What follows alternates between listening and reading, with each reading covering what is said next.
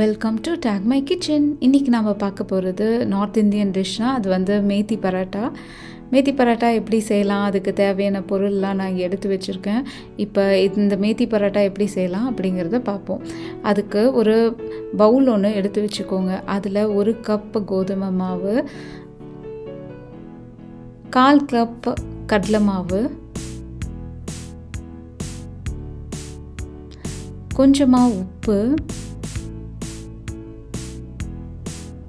கொஞ்சம் மஞ்சத்தூள், கொஞ்சமாக மிளகாத்தூள். இன்றைக்கி நாம் செய்ய போகிற இந்த டிஷ் வந்துட்டு கிட்ஸுக்கு நான் செய்கிறேன். கிட்ஸோட லஞ்ச் பாக்ஸுக்கு நான் செய்ய போகிற டிஷ். இதில் கொஞ்சமாக எள்ளு நான் சேர்த்திக்கிறேன். இதில் வெள்ளை எள்ளு தான் சேர்த்துறேன். நீங்கள் வேணுன்னா கருப்பு எள்ளு கூட சேர்த்திக்கலாம். இஞ்சி, பச்சை மிளகாய் இது ரெண்டையும் நல்லா பேஸ்ட்டாக அரைச்சிக்கிட்டு அதை வந்து சேர்த்திக்கோங்க.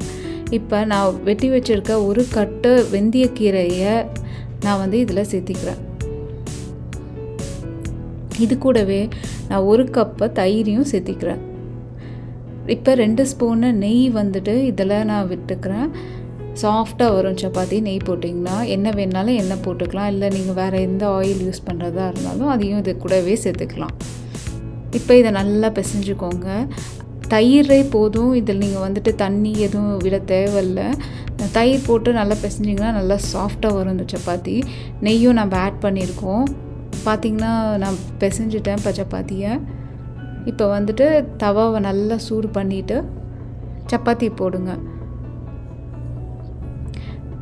இப்போ நீங்கள் எண்ணெய் போட்டும் இது சப்பாத்தி செய்யலாம். அப்படி இல்லைன்னா கீ போட்டிங்கன்னா இன்னுமே சாஃப்டாக வரும். பட்டரும் சேர்த்திக்கலாம். நான் இங்கே வந்து எண்ணெய் தான் சேர்த்திக்கிறேன்.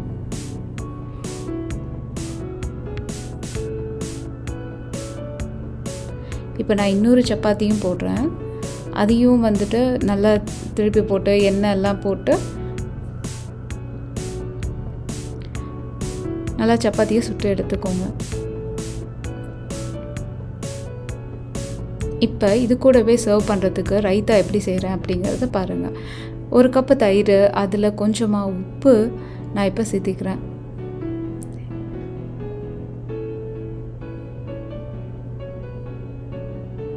இது கூடவே கொஞ்சமாக சர்க்கரை நான் இங்கே சேர்த்திக்கிறேன்.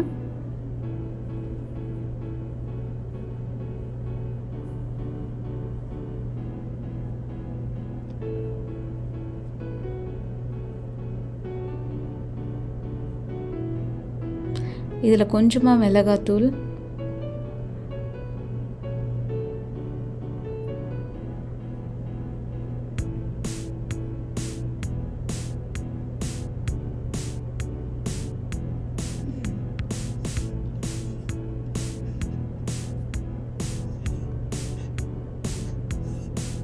கொஞ்சமாக ஜீரகத்தூளும் இது கூடவே நான் சேர்த்திக்கிறேன்.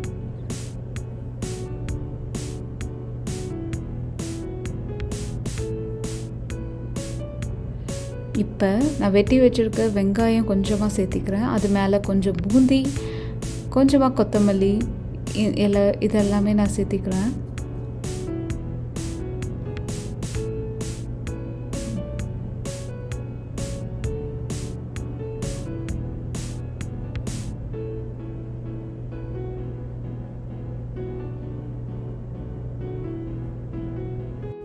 இப்போ மேத்தி பராட்டாவை நான் பூந்தி ரைத்தாவோடு சர்வ் பண்ணுறேன்.